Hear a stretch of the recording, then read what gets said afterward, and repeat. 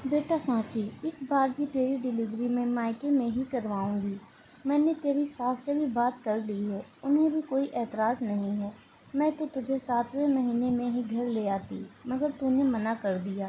खैर, अब 9वां महीना लग गया है, 2 दिन बाद ही तेरे भाई शेखर को तुझे लेने भेज दूंगी। शिवानी जी उत्सुकतापूर्वक बोली। सांची बोली, माँ तुम जिद मत किया करो, भाई को लेने मत भेजो, मैं खुद से आ जाऊंगी। कैसी बात कर रही हो सांची, 9वां महीना लग चुका है, ऐसे में बेटा अकेले आना ठीक नहीं होगा। शिवानी जी चिंता व्यक्त करते हुए बोली।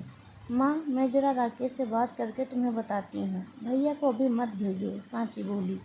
फ़ोन रखकर सांची को अपनी पहली डिलीवरी के दिन याद आ गए। 7वें महीने में ही माँ ने मायके बुलवा लिया था और 9वां महीना लगते ही 4 दिन ऊपर चढ़े थे और सांची की डिलीवरी हो गई। सांची को बेटा हुआ था जो बहुत कमज़ोर था। सांची की माँ शिवानी जी पूरे दिन सांची और उसके बच्चे की देखभाल करती थीं। सांची का यह पहला बच्चा था, जिस वजह से उसे बिल्कुल बच्चा संभालने का अनुभव नहीं था। ऐसे में शिवानी जी ही बच्चे का पूरी तरह से देखभाल करती थीं। सांची को बच्चे को दूध पिलाने में भी तकलीफ़ महसूस होती थी। डिलीवरी के समय आए हुए टाँकों की वजह से उसे ठीक से बैठने में भी तकलीफ़ होती थी। तब शिवानी जी ही बेबी को दूध पिलवाने में सांची की मदद किया करती थीं। शिवानी जी ने महीनों पहले ही मलाई से देसी घी निकाल कर जमा कर रखा था, जिससे उन्होंने देसी घी और गोंद के लड्डू बनाए थे। बीजों से बना मुखवास भी तैयार कर रखा था। शिवानी जी कहती थीं, उन्हें खाने से दूध अच्छा बनता है। रोज़ पौष्टिक खाना बनाती, खाने में ड्राई फ्रूट्स डालती, जिससे सांची और बच्चा स्वस्थ रहे।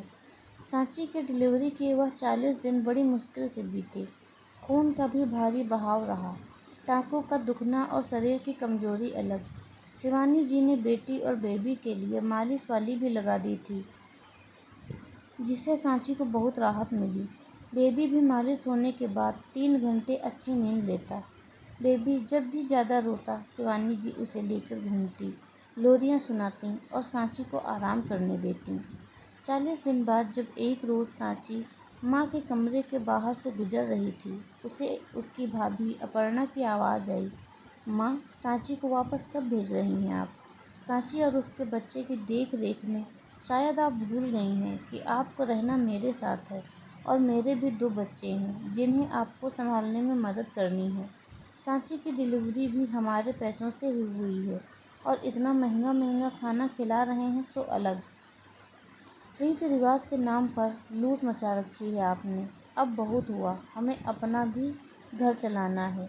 शिवानी जी की आंखें आंसुओं से भीगी हुई थीं। सांची यह देखकर अपने कमरे में आकर रो पड़ी। सांची को पहले दिन से ही लग रहा था कि भाभी कुछ उखड़ी हुई हैं, मगर आज पता चला कि उनके मन में क्या है। सांची ने पति राकेश को फ़ोन किया और उसे अगले दिन लेने आने को कहा। राकेश बोला, सांची मैं तो तुम्हें जाने भी नहीं दे रहा था, मगर माँ ने इतनी जिद की इसीलिए कुछ बोल न पाया।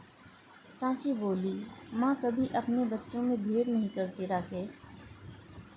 माँ ने मेरी डिलीवरी के इन 40 दिनों में मुझे बहुत आराम दिया, मगर माँ की यह हालत देखकर मैं बहुत दुखी हूँ। माँ ने हमेशा भाभी और उनके बच्चों को भी उतना ही मान दिया है, मगर शायद भाभी हमें कभी अपना नहीं समझ पाई। राकेश दूसरे दिन आकर सांची को ले गया और सांची ने यह बात गुप्त ही रखी कि उसने भाभी की बातें सुन ली थीं। सांची को दूसरा बच्चा होने वाला है और आज माँ का फिर से फ़ोन आया है, मगर सांची ने इस बार सोच लिया है कि वह यहीं ससुराल में अपनी डिलीवरी करवाएगी। अपनी वजह से माँ को तानों का शिकार नहीं होने देगी। सांची की सास गोदावरी जी बोली, सांची तुम्हारी माँ का फ़ोन आया था तुम्हें डिलीवरी पर बुलाने के लिए। सांची बोली, मैं डिलीवरी पर मायके नहीं जाऊंगी माँ, इस बार यहीं डिलीवरी करवा लूँगी। लक्ष्य भी तो स्कूल जाने लगा है, ऐसे में माँ के यहाँ कैसे जा सकती हूँ। सासू माँ बोली, बेटा जैसी तेरी इच्छा। सांची ने शिवानी जी को फ़ोन किया और लक्ष्य के स्कूल का बहाना बना दिया। शिवानी जी भी शायद जान चुकी थीं कि बेटी क्यों नहीं आना चाहती। आखिर वह एक माँ जो ठहरी। क्या आपको भी सांची का फ़ैसला सही लगा? आपकी प्रतिक्रिया के इंतज़ार में। आपको यह कहानी कैसी लगी कमेंट में ज़रूर बताएं। धन्यवाद।